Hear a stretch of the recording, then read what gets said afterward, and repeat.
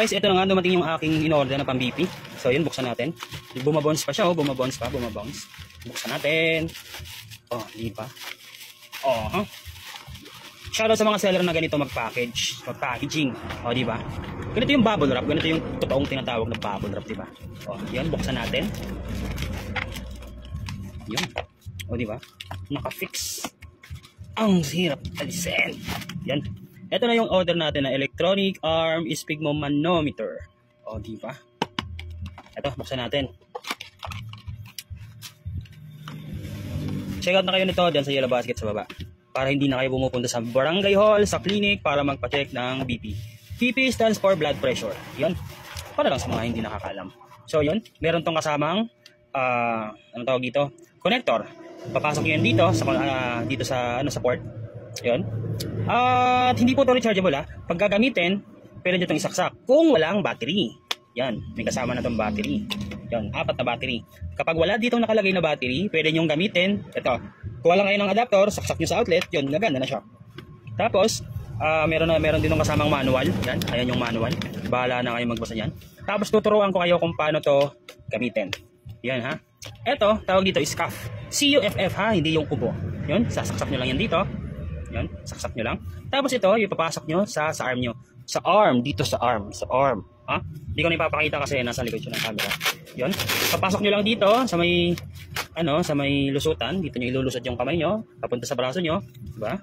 Tapos yung pag napasok nyo na, dapat yung middle finger nyo is napapasok pa ha. Dapat napapasok pa yung middle finger nyo.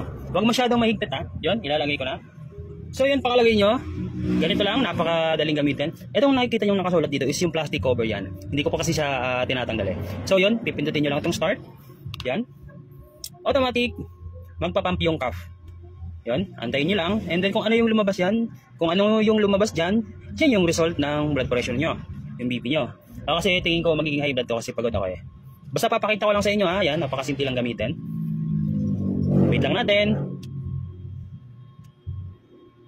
Yan habang nag-aantay. Again, ito, pwede nyo itong gamitin kung wala kayong battery. Saksak nyo lang ito dito, ha? Yan. Yan sa mga, sa mga naghahanap dyan ng pang-BP, check out nyo lang dyan sa baba, sa yellow basket.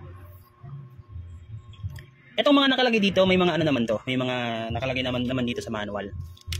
Tulad ng dito, may instruction dito. Nasaan yung instruction dito?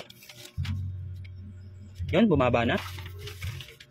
Nag-inflate. Ayan, 156/99. So, meaning to say, high blood yung result. Okay?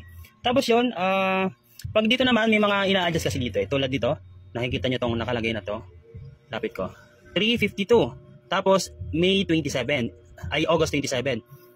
1552, tapos 827. Yan yung date. Tapos yung isa is oras. Paano to adjustin? Ganito. Turuan ko kayo. I-off nyo muna, paka-off. Pipito din itong set. Lalabas yan, yung 1. Tapos lalabas yung 2. Pakalabas yung 2, i-off nyo. Tapos long press nyo lang to. Long press. Yan. Nakikita nyo? So, nakalagay dyan, 2027. Dito, ito yung pipindutin nyo pag-adjust. 2027 o 2028. Hanggang yan, 99, hanggang 9. Sige. Buo sa natin dito. Password lang natin. Para dismate para makita nyo. 50. Ano lang to guys, parang 20 lang to. Lagay nyo ng cuff sa braso nyo. Start lang. Kaya natin siya. Yung here, 20. 79 na. Tapos pagaling dito, 1992 nito na. 96, 97, 98, 99, 2023, 2024, 2025. So yun, pagka-set nyo ng years, ito naman set, pilitin nyo itong set. Tapos ito naman yung month. Bakit paano ito naging month? 8, 9, 10, 11, 12. Wala na itong 13. 1 na agad. Kasi hanggang December lang tayo. So yun, May. Tapos dito, sa kabila, yan, nagbi-blink. Pilitin nyo yung set, tapos magbi-blink siya. Then adjust nyo naman. May ngayon? 25. Anong May ba ngayon? Tingnan natin dito sa May 17, 12, 13, 14, 15, 16. Yan, ay, nalampas. Okay, let's say 17 yan. Tapos, ito naman sa oras, 3. Naka-military clock to guys ha, naka-military, bahala na kayo mag-adjust. Tapos yon 52, adjust nyo lang. Ito yung minutes, yung 2 is hour. Kunyari, alas 2 ng umaga. 56, 59, 0 na. Okay, pag 2 o'clock. Pag all set na yan guys, i-off yan, off lang. Tapos, pag gusto nyo makita yung history nung last yung na BP, tulad nung aking ganina, is 159 ba yun? Wala, teka lang.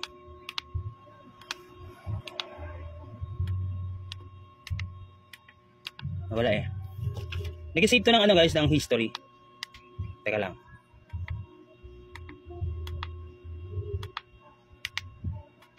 Yan, lumabas yung history. Yung sa akin kanina is nasa 156 siya, di ba? 156. Ah, tama. Yung oras kanina is nasa 3. Yan, 3:57. Na yung history nito guys, nasa 90 record siya. Hanggang 90 pwedeng ma-save dito. So yun, check out nyo na lang dyan sa Yellow Basket. Napaka-comfortable nitong dalhin guys. Yun, kaya hindi nyo na kailangan pumunta sa mga barangay, sa clinic. Pag emergency na mag-BP kayo, pwede to. So yun, check out nyo na dyan guys sa baba. Thank you so much sa mag-check out. And sa may mga katanungan, comment down below guys. Yun, thank you.